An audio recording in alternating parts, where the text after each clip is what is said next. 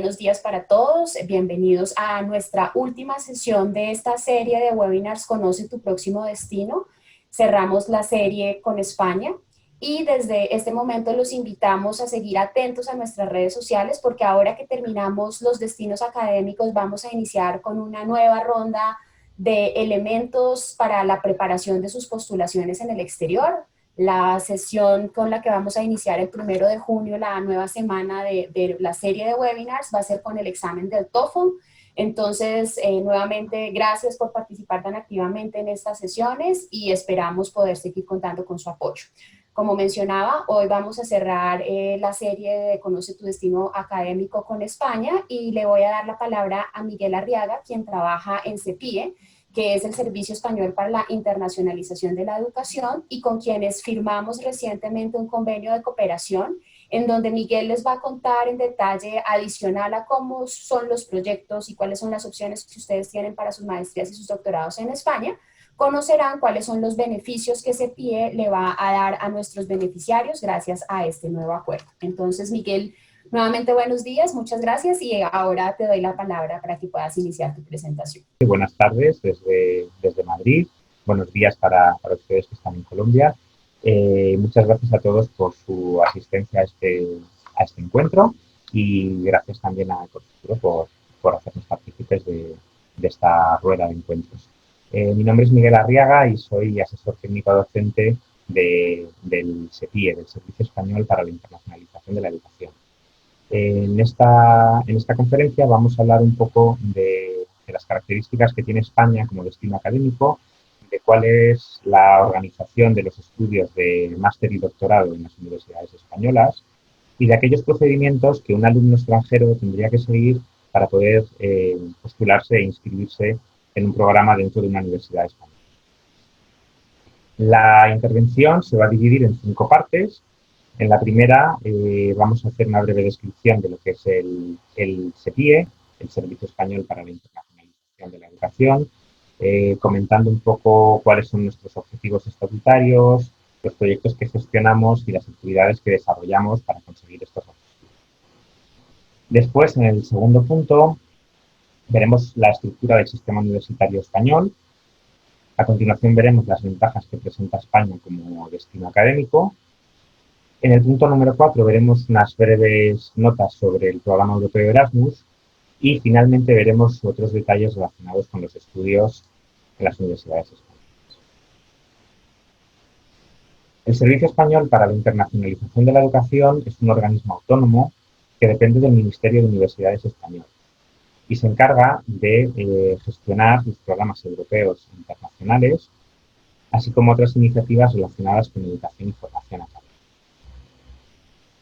Además de ser la agencia nacional Erasmus, la agencia que gestiona este programa europeo, el SEPIE gestiona otros programas de movilidad nacional e internacional con instituciones y gobiernos extranjeros, como puede ser el programa BECAR en Argentina, como puede ser el programa de becas de intercambio con el gobierno de la República Popular China, o incluso programas de la Comisión Europea, programas pilotos de inmigración legal, como el programa de generaciones jóvenes como agentes de cambio que estamos desarrollando en la actualidad en Madrid.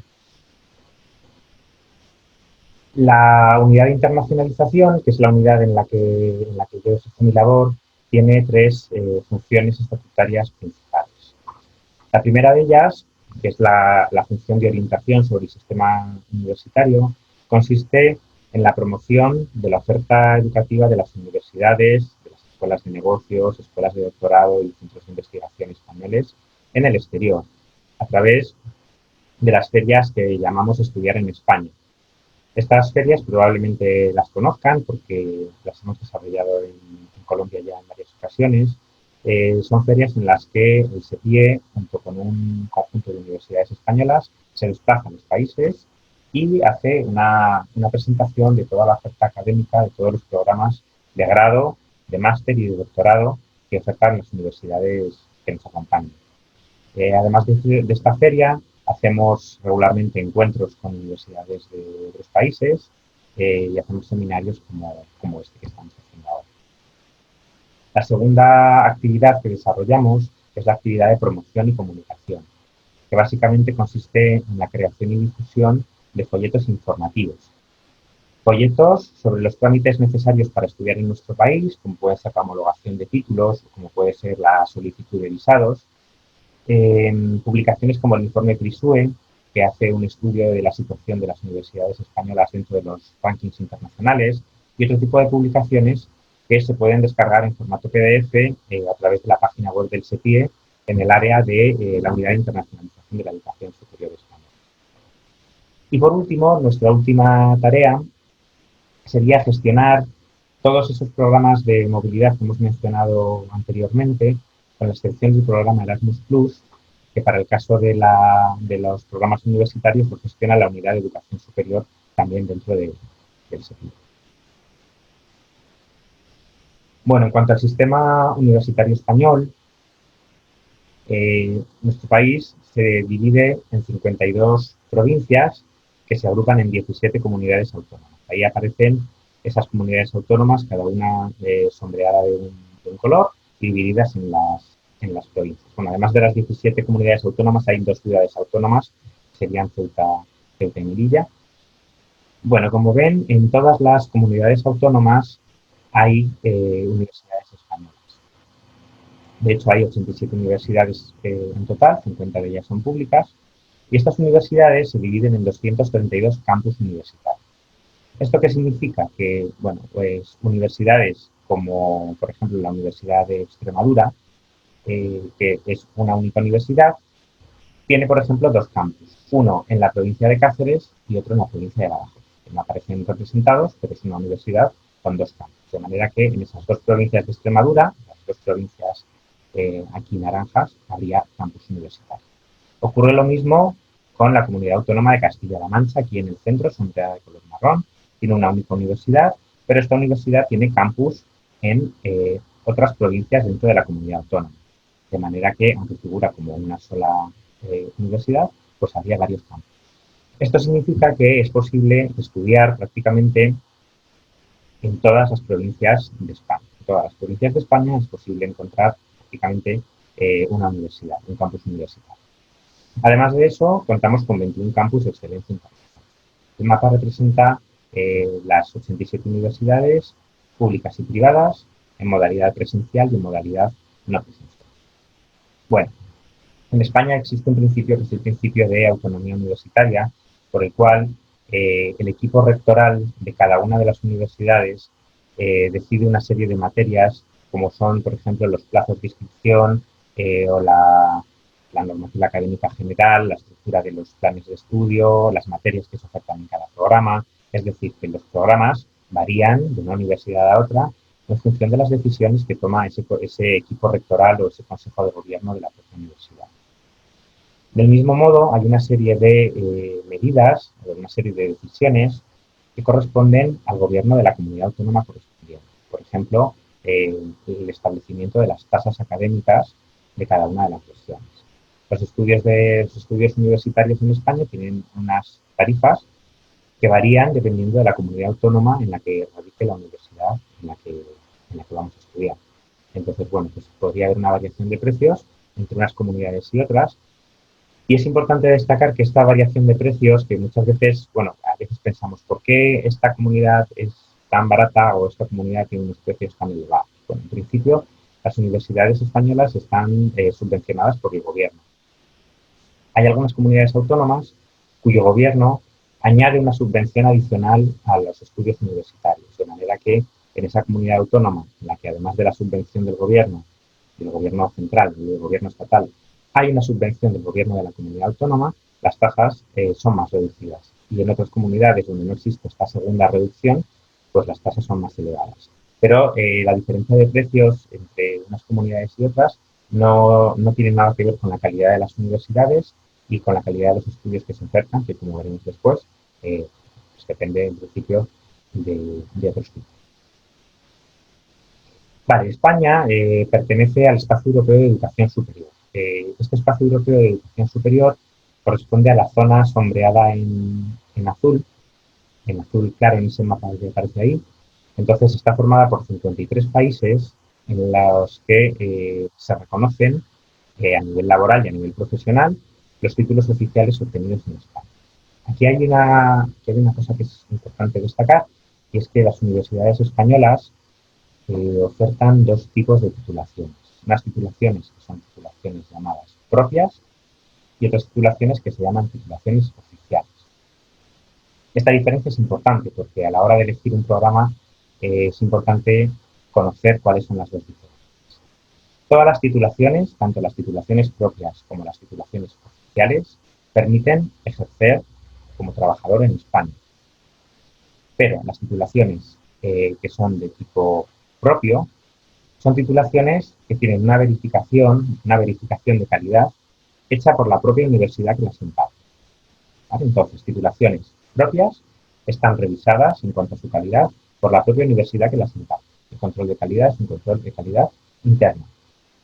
Permiten trabajar, pero no permiten, por ejemplo, continuar estudios superiores, no siempre permiten un reconocimiento en estos 53 países del Espacio Europeo de Educación Superior, y a la hora de hacer un reconocimiento fuera de este Espacio Europeo de Educación Superior podría haber alguna dificultad.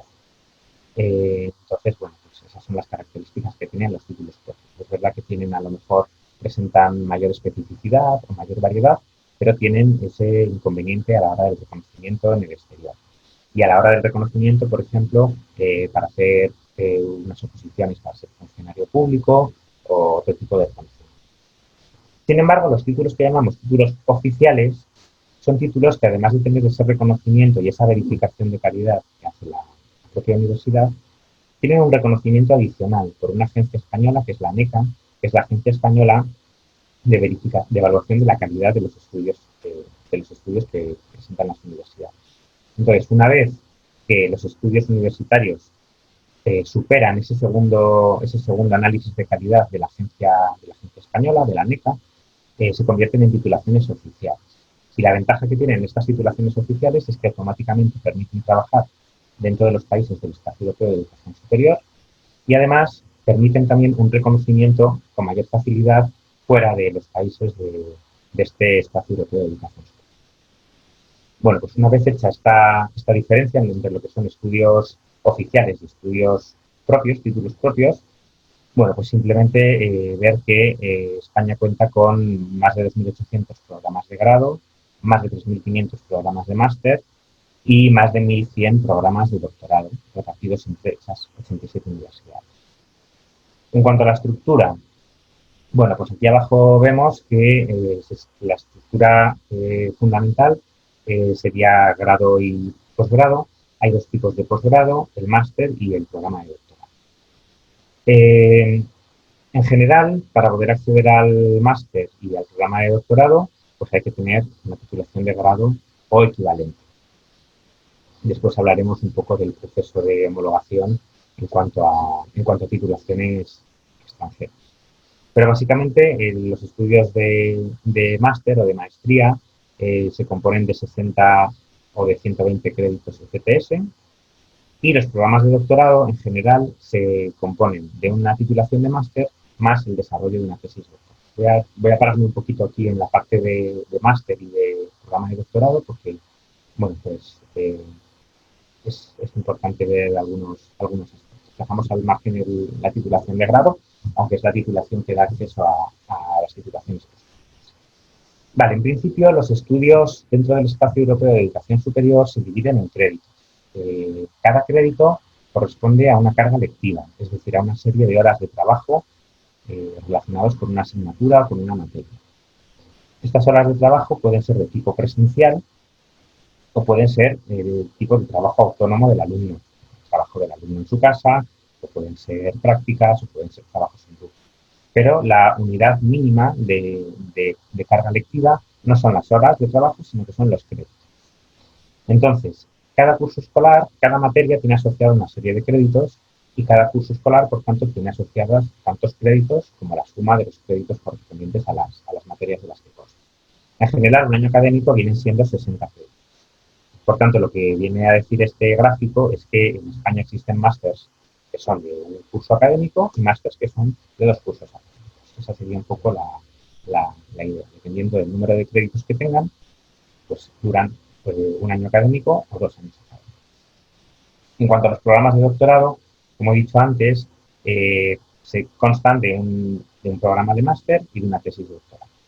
Entonces, básicamente hay una serie de másters que son másters habilitantes para hacer una profesión, que serían los másters de color verde, o los másters de especialización, que serían másters de los de color verde, que una vez que los terminamos podemos acceder directamente al ejercicio profesional. Y hay otra serie de másters, que son los que aparecen aquí abajo en color naranja, que son los másters que nos habilitan para iniciar una tesis doctoral. Serían los másters de investigación. Entonces, bueno, pues antes de empezar a escribir una tesis doctoral hay que hacer un máster que nos dé una preparación previa para iniciar esa tesis doctoral. Alumnos que ya tienen cursada una maestría o un máster, a la hora de iniciar un programa de doctorado, tendrían que ver en qué contenidos y en qué aspectos ese máster, ese programa de maestría que han realizado en Colombia, en España o en cualquier sitio, tiene contenidos afines al programa de máster que da acceso a esa tesis doctoral.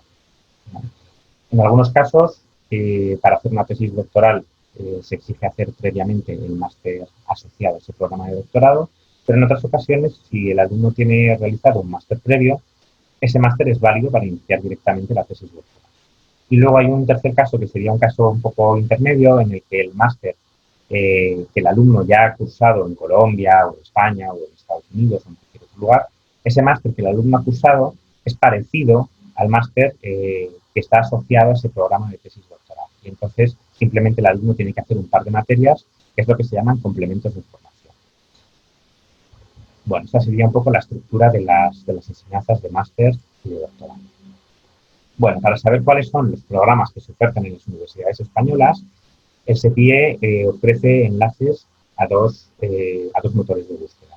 Estos motores de búsqueda se pueden acceder a través de la página web del SEPIE, aparecen ahí marcados, pero simplemente porque sepamos un poco cuál es el nombre. El primero es el QEDU, qué estudiar y dónde, en la Universidad Española, que es un buscador en el que pueden localizar todos los programas que se ofertan en todas las universidades españolas.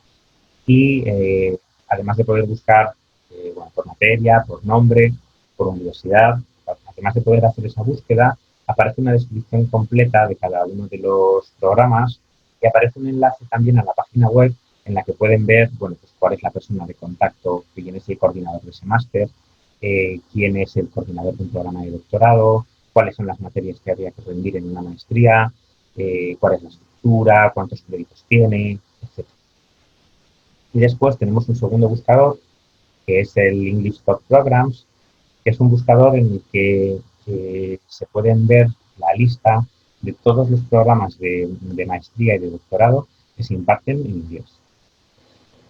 Estos programas que se imparten en inglés pueden ser, parcialmente impartidos en inglés o totalmente impartidos en inglés. Entonces, dentro de ese buscador pueden buscar por rama de conocimiento, pueden buscar por título, hay varios criterios por los que se puede buscar. Dentro de ese buscador aparece el porcentaje de materias que habría que rendir en inglés y aparece nuevamente también ese enlace a la descripción de las asignaturas y del programa completo con toda la información de contacto del responsable, etc. Vale, en cuanto a los requisitos para máster y doctorado, tal y como hemos mencionado al principio, debido a ese principio de autonomía de las universidades, no hay una serie de principios generales, no hay unos requisitos que sean necesarios para poder acceder a un máster o a un doctorado. Sí que es cierto que en la mayoría de los casos hay un proceso de selección, pero es un proceso de selección que no es general, es un proceso de selección que es particular para cada uno de los programas. Entonces, cada programa de máster y doctorado suele tener una persona responsable, un coordinador, que es la persona de contacto, con la que se puede contactar a través de correo electrónico para pedir información general. Cada programa suele tener un calendario para hacer una prescripción, para hacer una presolicitud, y cada programa suele tener también unos criterios para hacer esa prescripción. Entonces, en la mayoría de las ocasiones el procedimiento es el siguiente. El alumno, a través de los buscadores, localiza un programa de máster o doctorado en el que pueda estar interesado, uno o varios. Después, a través del buscador también, accede a la información de contacto y se pone en contacto con el coordinador de esos programas.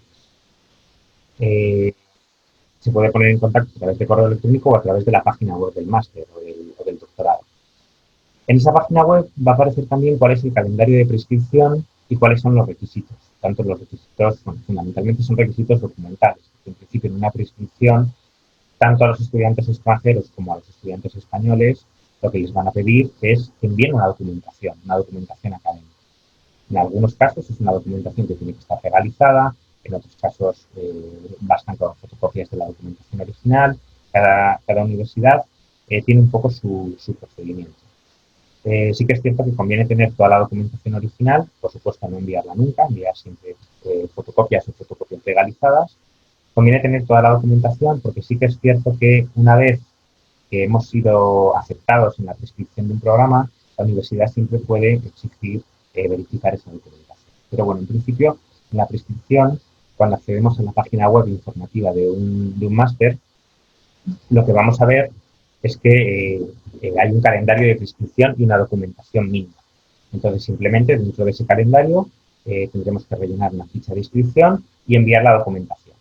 La universidad o el coordinador del programa va a estudiar cuál es esa documentación y en algunas ocasiones incluso pueden hacernos una entrevista personal a través de videoconferencia o a través de algún otro medio. Pero vamos, es frecuente para el acceso a másters y a doctorado hacer una entrevista personal. En el caso del doctorado, bueno, pues muchas veces conviene empezar el procedimiento al revés. Y es encontrar un profesor que esté investigando una materia o en un campo que nos pueda interesar. Ese profesor ver a qué programa de doctorado está vinculado y a través de ese programa hacer esa solicitud de prescripción dentro del programa, ¿vale? Pero realmente en los programas de doctorado, al margen del máster que tenemos que hacer, que nos conduce a la realización de la tesis, la parte quizá más importante es elegir quién puede ser un director de tesis, una persona que esté investigando en un campo que claramente nos interesa. Y una vez que se ha elegido ese profesor, tratar de ver cuál es la forma de inscribirse en el programa de doctorado al que esté asociado ese docente, ese profesor. Entonces, en cualquier caso, es a través del contacto directo con el coordinador del programa cómo se puede acceder a los programas de doctorado. Bueno, en cuanto al visado, el visado es el único requisito que es común a todos los programas, a todas las universidades, a todas las comunidades autónomas y a todos los países. Cualquier ciudadano que sea extranjero y que quiera estudiar en España va a necesitar un visado de estudios. Bueno, entonces el visado de estudiante, hay varias fases en el visado de estudiante. Para los estudios que tienen una duración menor de 3 meses, como puede ser un curso de verano, como puede ser, bueno, en el caso de estudiantes de otros países, podrían ser cursos de idiomas que se hacen en las universidades. Para estudios con una duración menor de 3 meses, se puede permanecer en España con el visado de turista. Hasta 3 meses permite estudiar. Pero para estudios de duración superior hay que solicitar un visado de estudiante. Y una vez que se está en España y que ese visado y que esos estudios se prolongan más de 6 meses, hay que solicitar una tarjeta de identificación de estudiantes, que es la tarjeta que aparece en el lado de la derecha. En principio, lo primero que hay que solicitar es el visado de estudiantes. Para solicitar el visado de estudiantes, ¿qué se necesita? Bueno, se necesitan varias cosas. Se necesita fundamentalmente tener una carta de admisión de una universidad española. Es decir, primero vamos a solicitar esa prescripción, esa admisión, y una vez que la Universidad Española nos contesta con una carta en la que se nos ha admitido en un programa de estudios en un centro oficial, entonces con esa carta de admisión podemos dirigirnos al consulado correspondiente y en ese consulado solicitamos el visado de estudiante. Pero para eso tenemos que tener primero la admisión de la universidad. Así que primer paso, admisión. Segundo paso, solicitud de visado. La emisión de visado, dependiendo del consulado y de la saturación que haya en ese momento, puede demorar entre 3 y 6 meses. Por tanto, es importante también hacer esta previsión del trámite del visado de estudiante. Entonces, necesitaremos la carta de admisión, necesitaremos justificar una disponibilidad económica para hacer el viaje, necesitaremos tener un seguro médico y necesitaremos una serie de documentación que nos van a pedir en el consulado. Entonces, simplemente a través de la página web del consulado, llamando por teléfono, se puede conocer exactamente cuál es esa documentación. Pero vamos, fundamentalmente es eso: pasaporte en vigor, la carta de admisión en la universidad, tener un seguro médico y un cierto monto en una cuenta corriente para ver esa disponibilidad de medios económicos. Bueno, en cuanto a las ventajas que ofrece España como destino académico. Bueno, si ven en este gráfico, el número de estudiantes extranjeros que vienen a estudiar a España ha aumentado en los últimos años de manera considerable. De hecho, en ese gráfico aparece, además de la cantidad neta de estudiantes extranjeros que vienen a estudiar a nuestro país cada año, aparece el porcentaje de aumento de esa cantidad respecto al año anterior. Se fijan, en el último año en el que tenemos cifras agregadas, que sería 2018, aumentó un 69% el número de estudiantes extranjeros que vienen a España. Bueno, pues hasta los 185.145 estudiantes extranjeros que recibimos en 2018. De estos estudiantes extranjeros, son muchos. Si se fijan en esta cantidad, en el último año, 12.278 son estudiantes procedentes de Colombia. Bueno, aquí están las cifras, pues básicamente serían un 8 o un 9% del total de estudiantes extranjeros que recibimos, pues son estudiantes de Colombia, lo cual pues nos alegra mucho saber que España es para ustedes un destino preferente. De esos estudiantes, bueno, este gráfico, de esos 12.278 estudiantes en total, que aparecen aquí procedentes de Colombia, aquí lo ven. Bueno, en ese mapa pueden ver un poco la distribución del número de estudiantes dentro de las comunidades autónomas de las que hablábamos antes.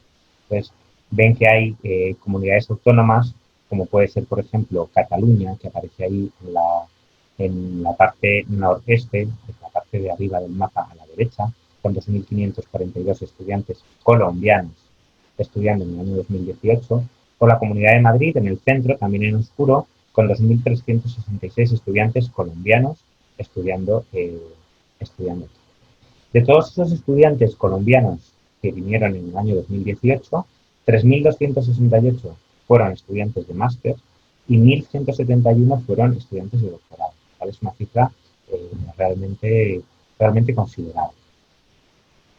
Bueno, ¿por qué viene tanta gente a estudiar en España? ¿Cuáles son los motivos para que haya tantos estudiantes en España? Bueno, pues les voy a mostrar un vídeo y luego después les comentaré un poco cada una de las cosas que aparecen en el vídeo, pero una imagen vale más que 1.000 palabras y un vídeo vale más que 1.000 imágenes. Así que voy a compartirles el vídeo.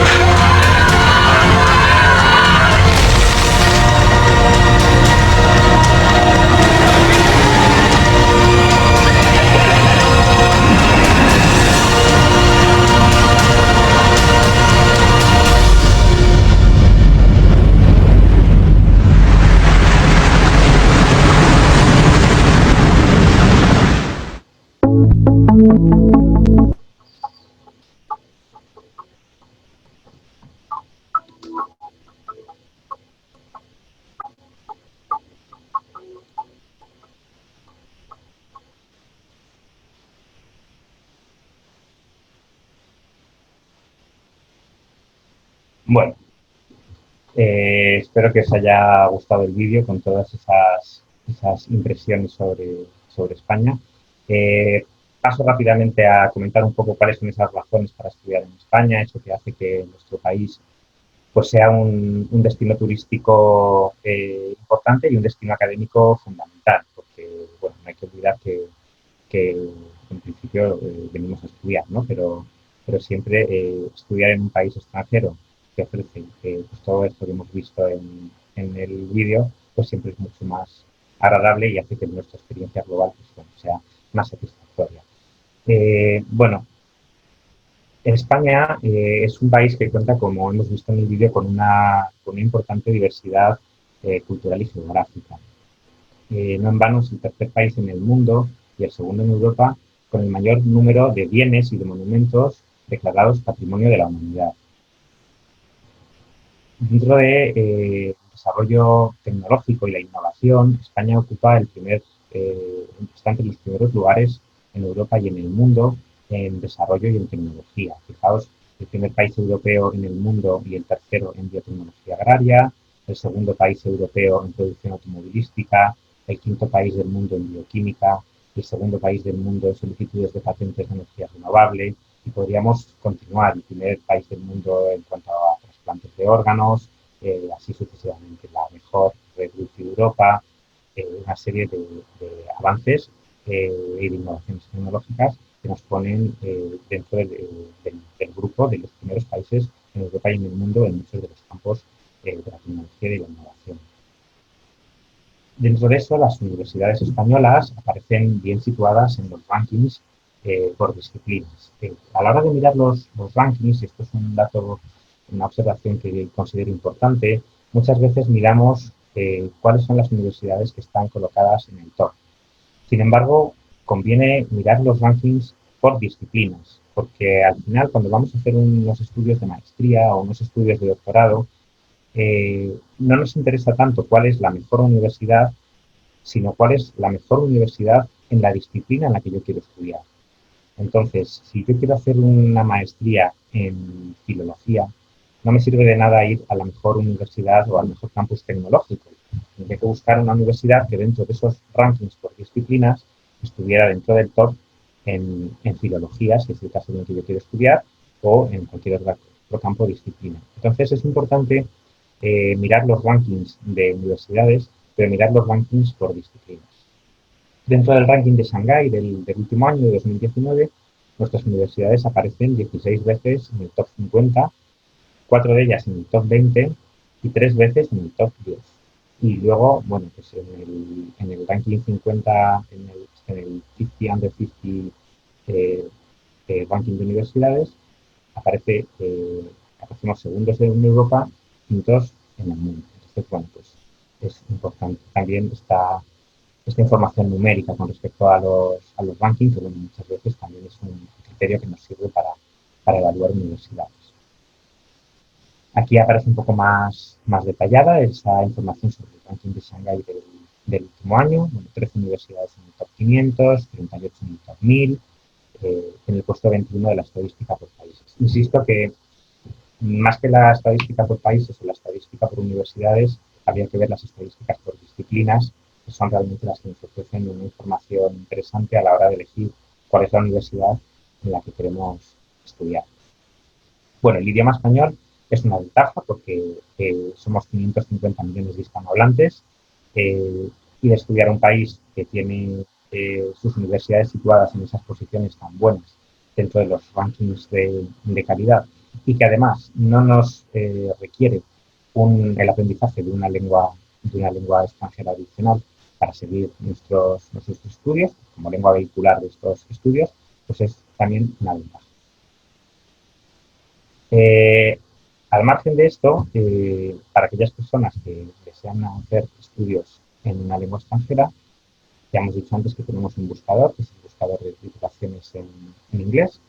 En el caso de los másters, tenemos 508 programas de máster impartidos parcial o totalmente en inglés. Entonces, a pesar de que la lengua vehicular en la universidad sea el español, que es la lengua que nos une a todos, aquellos alumnos, tanto españoles como extranjeros, que prefieren estudiar en inglés, tienen a su disposición 508 titulaciones de máster. España es el segundo país más seguro de Europa. Esto es uno de los criterios de calidad de vida, el criterio de seguridad. El primero creo que es Austria, pero bueno, pues ya sabemos que Austria culturalmente pues es un país muy distinto. España pues es el segundo país más seguro de toda la Unión Europea. Bueno, en cuanto al coste de la vida, aquí aparecen los costes en euros, pero bueno, ya sabéis que el dólar está un poquito más bajito que el euro, con lo cual estos precios que aparecen aquí, si los trasladáramos a dólares, sería un poco más que esta cantidad que aparece aquí. Pero bueno, básicamente el coste de la vida en España es diferente si elegimos una gran ciudad, como puede ser Madrid o Barcelona, o si elegimos una ciudad pequeña o mediana. Las diferencias no son muy grandes, pero son diferencias que conviene tener en cuenta a la hora de pensar en un alquiler, a la hora de pensar en el transporte, de la manutención o de los gastos de ocio en general. Aquí veis un poco los precios de los transportes, por ejemplo, el abono mensual en ciudades como Madrid y Barcelona, el abono mensual de transporte 55 euros o 35 en otras ciudades de menor tamaño, el coste mensual por comida, por alimentación en ciudades principales 300 euros, en ciudades más pequeñas 200, los gastos generales o de ocio 200 euros en ciudades grandes, 150 en otras ciudades, y los gastos de alojamiento, aquí estaríamos hablando del alojamiento en un apartamento o en un piso compartido, pues alrededor de 350 euros en ciudades grandes y alrededor de 200 euros en ciudades más pequeñas. Son cantidades aproximadas, son estudios basados en promedios, en gastos que han tenido bueno, pues estudiantes de años anteriores. Evidentemente es posible encontrar alquileres más baratos, es posible gastarse más dinero en comida, eso sería, hay una horquilla de variabilidad, pero bueno, es un poco una idea, ¿no? de cuáles serían nuestros gastos. Bueno, en cuanto a las tasas universitarias, todos los programas, como hemos dicho antes, están subvencionados, pero aún así hay una parte que tiene que afrontarla el alumno o sus familias. Como hemos visto antes, en España hay 50 universidades públicas y 37 universidades privadas. Dentro de las universidades públicas, el coste anual de un programa de máster rondaría entre los 5.000 y los 21.000 euros al año. Es decir, estaríamos hablando a lo mejor entre 6.000 y 24.000 dólares anuales. Estas serían las tasas de matrícula. Siempre hablamos de tasas anuales porque en España las tasas, en principio, de la universidad pública son anuales, con lo cual serían entre 6.000 y 24.000 dólares aproximadamente anuales. En cuanto a las universidades privadas, el precio en las universidades privadas siempre suele ser más elevado porque no cuentan con esas subvenciones que hablábamos, las subvenciones estatales. Entonces, a partir de 5.000 euros al año, pues podríamos tener una inscripción en un programa de maestría en una universidad privada española. En todos los casos, existen diferentes instituciones que dan becas para poder estudiar en España. Las propias universidades tienen programas de becas, las comunidades autónomas, fundaciones privadas como la Fundación Carolina, y luego después otro tipo de entidades como el Banco Santander, las becas Reina Sofía, etc.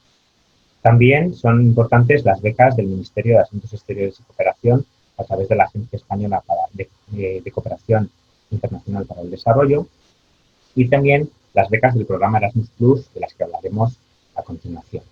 El SEPIE pone a disposición también de los estudiantes extranjeros un buscador de becas al que se puede acceder a través del escaneo de este código QR o también a través de la página web del organismo. Entonces, bueno, aparece ese código que os da acceso a un buscador de becas. Entonces, bueno, ese buscador de becas se actualiza regularmente con las convocatorias que van saliendo. Entonces, hay becas que pueden cubrir la manutención, que pueden cubrir la matrícula, que pueden cubrir distintos aspectos y eso depende de la convocatoria. Entonces, cada convocatoria que aparece en ese buscador tiene asociado un fichero con una descripción de la beca. En esa descripción de la beca se pueden ver cuáles son los requisitos para optar a la beca, cuáles son los beneficios que comporta la beca, cuál es la documentación que hay que presentar para poder solicitarla y cuál es el procedimiento para ser adjudicatario de esa beca. En cuanto a los requisitos, depende nuevamente de cada una de las becas y de cada una de las convocatorias. Hay una serie de requisitos que son requisitos académicos, como puede ser el expediente de los estudios previos. Hay otros requisitos que son requisitos económicos, como puede ser la renta familiar o la renta personal. Entonces, bueno, simplemente en este proceso que llevamos habría que buscar unos estudios, habría que hacer esa solicitud de prescripción, habría que solicitar un visado y habría que empezar a buscar cuáles son las becas que podrían servirnos para realizar esos estudios de máster o de doctorado. No lo he comentado en la parte anterior en la que hablábamos de las tasas de matrícula. Las tasas de matrícula para los programas de doctorado en España son de en torno a los $500 anuales.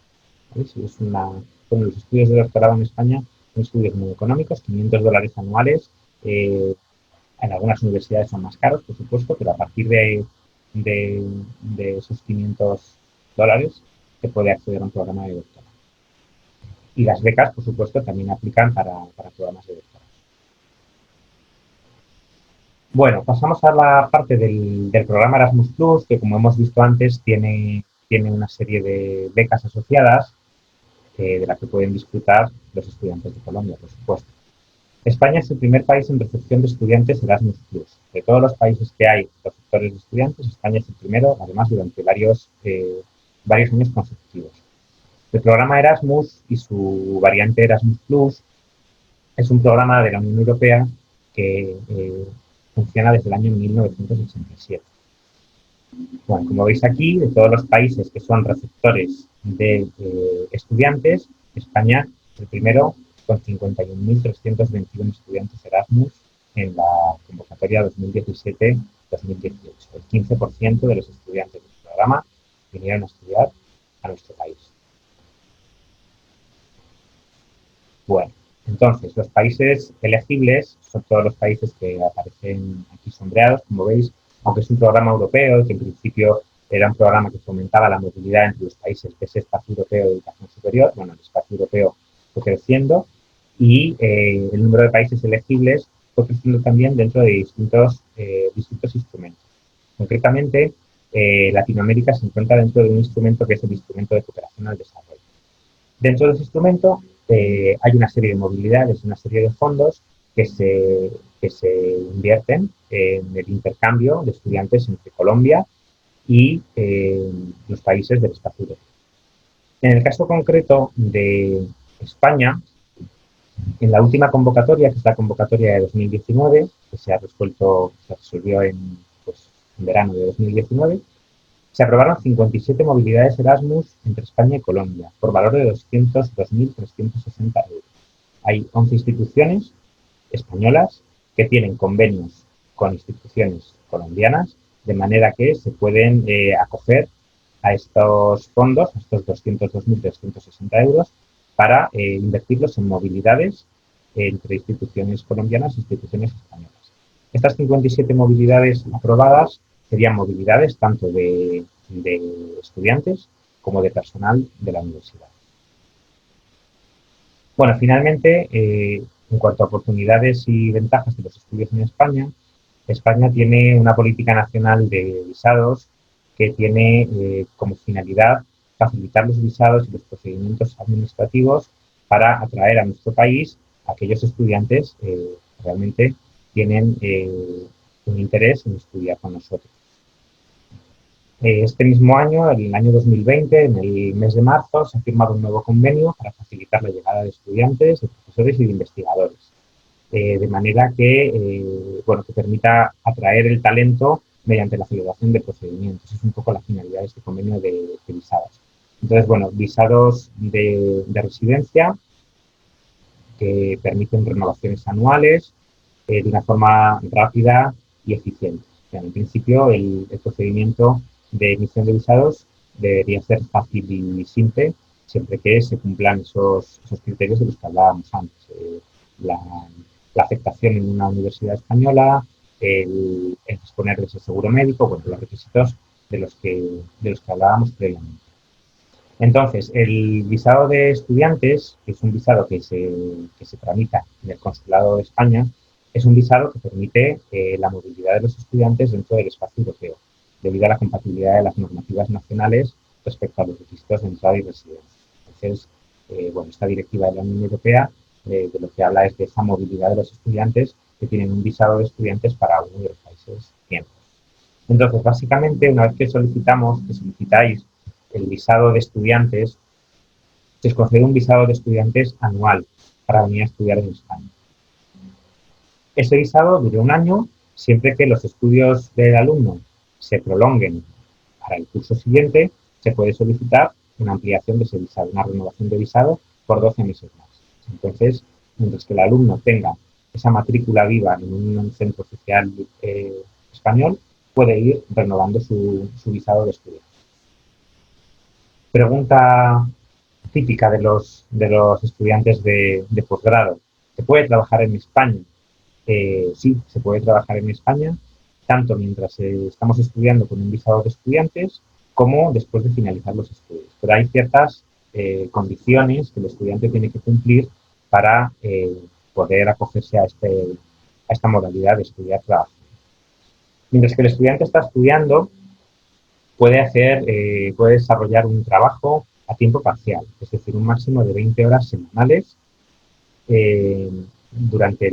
es durante el periodo lectivo, que en España es desde septiembre hasta junio o julio. Entonces, durante el periodo lectivo se puede trabajar a jornada parcial.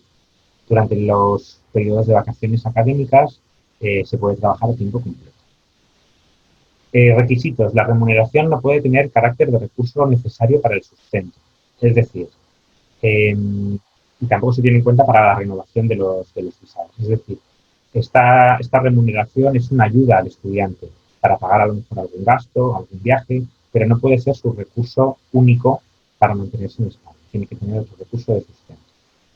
El empleador, el empresario, es el que debe presentar la solicitud de autorización para trabajar. Y esta autorización dura lo que dure el permiso del visado del estudio, ¿vale? Entonces, estas son las condiciones para trabajar mientras que se está estudiando. Una vez que hemos finalizado los estudios y si hemos estado 3 años con un visado de estudiante en España, podemos buscar un trabajo. De hecho, el visado de estudiante español, una vez que se finalizan los estudios, que el estudiante lleva más de 3 años en España como estudiante, se puede prolongar 12 meses más para que el estudiante busque un trabajo. Si el estudiante cuenta con una oferta de empleo firme, entonces ese visado de estudiante se puede cambiar como visado de estudiante, pasa a ser un visado de trabajo y residencia. Entonces, bueno, pues además de poder trabajar durante nuestros estudios, podemos contar con un plazo adicional de 12 meses en los cuales podemos buscar un trabajo. Y si conseguimos ese trabajo, adquirimos el visado de residencia. Bueno, pues esto sería un poco una breve, no tan breve, pero bueno, unas pinceladas sobre las ventajas que ofrece España como destino turístico. Nuestra sede está en Madrid, pero bueno, podéis seguirnos a partir de nuestras redes sociales o contactar con nosotros a través de nuestra página web o a través de la dirección de correo electrónico. Muchas gracias por su atención y si tienen alguna pregunta, a ser posible de tipo general, las preguntas así más particulares de yo querría hacer este grado o querría hacer este posgrado, quizás se pueden resolver mejor por correo electrónico, pero preguntas generales podemos abrir quizá un turno de, no sé cómo vamos de tiempo, pero podemos quizá abrir un turno de preguntas para participantes. Claro que sí, Miguel. Muchísimas gracias por la presentación. Queríamos hacer unas preguntas un poco generales para que, así como lo explica Miguel, puedan explicar sus casos específicos a el correo. No sé si puedas proyectar en este momento el correo en el cual se pueden poner en contacto. Voy a pasarlo para atrás. Ahí está. Vale, el correo aparece aquí. Para que resuelvan todas sus dudas porque hemos recibido muchísimas preguntas. Entonces, la primera la hace Camila y pregunta, ¿se puede trabajar y estudiar al mismo tiempo? Bueno, es un poco lo que hemos comentado justo en la última parte. Ese visado de estudiantes permite trabajar en jornada parcial, permite trabajar pues, hasta 20 horas semanales. Claro, las autoridades migratorias son las que deciden realmente si ese trabajo es compatible con los estudios, porque normalmente lo que se busca con esa jornada parcial es que sea compatible con la asistencia del alumno a sus clases. Pero estoy pensando, por ejemplo, en alumnos de doctorado que a lo mejor no tienen que asistir a clases, están realizando su tesis doctoral, tienen un visado de estudiante, pueden trabajar hasta 20 horas semanales. Perfecto, Miguel, gracias. La siguiente pregunta es por Juliana y dice, ¿hay un número de créditos mínimo exigidos en el pregrado colombiano para postular un máster en España?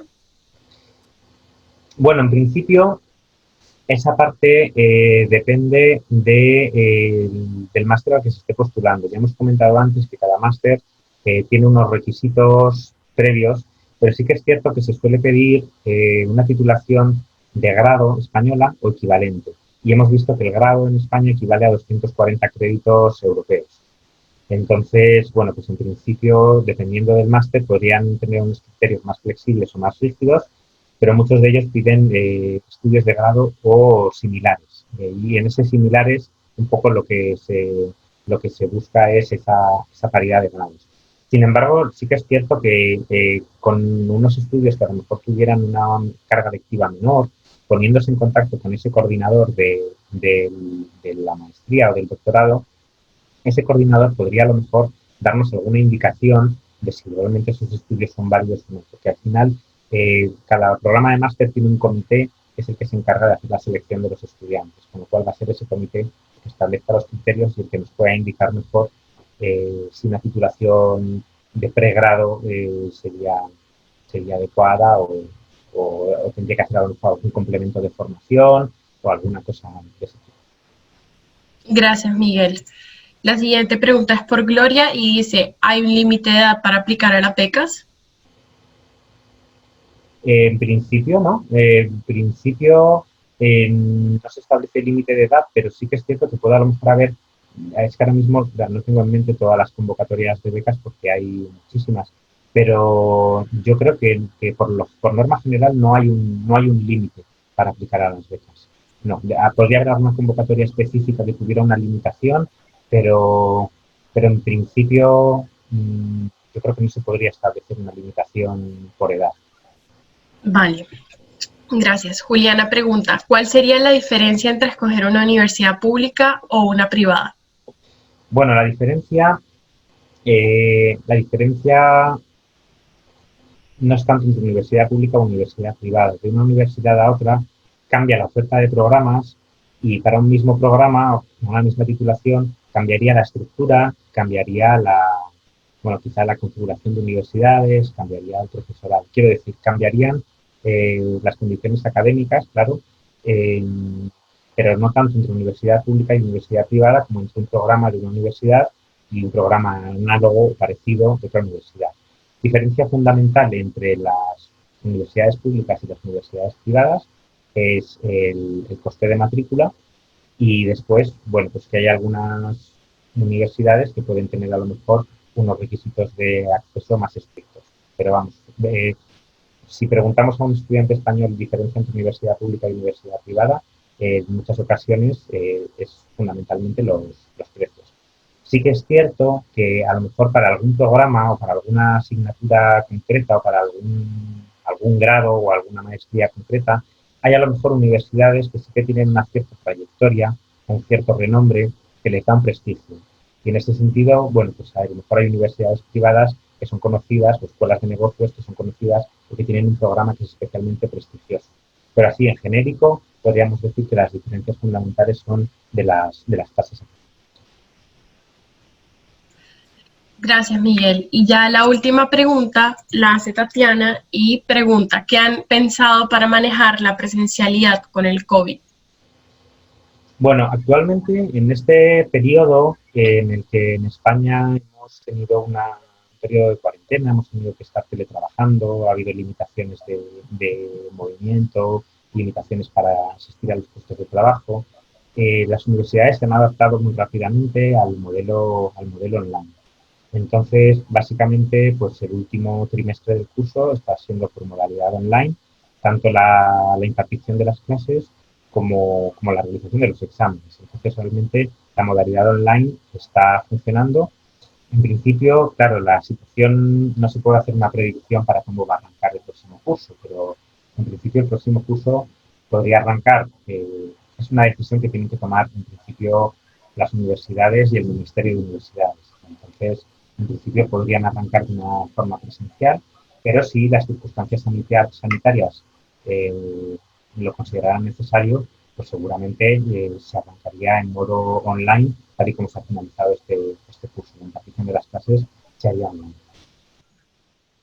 Perfecto, Miguel. Muchísimas gracias por la presentación, por responder las preguntas. Nuevamente le repito a las personas que nos siguen enviando preguntas que pueden contactarse al correo que encuentran en pantalla para resolver sus dudas de sus casos específicos.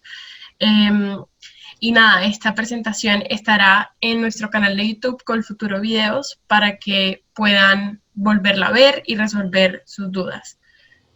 Así que, Miguel, gracias por Muchísimas gracias también a ustedes por este espacio.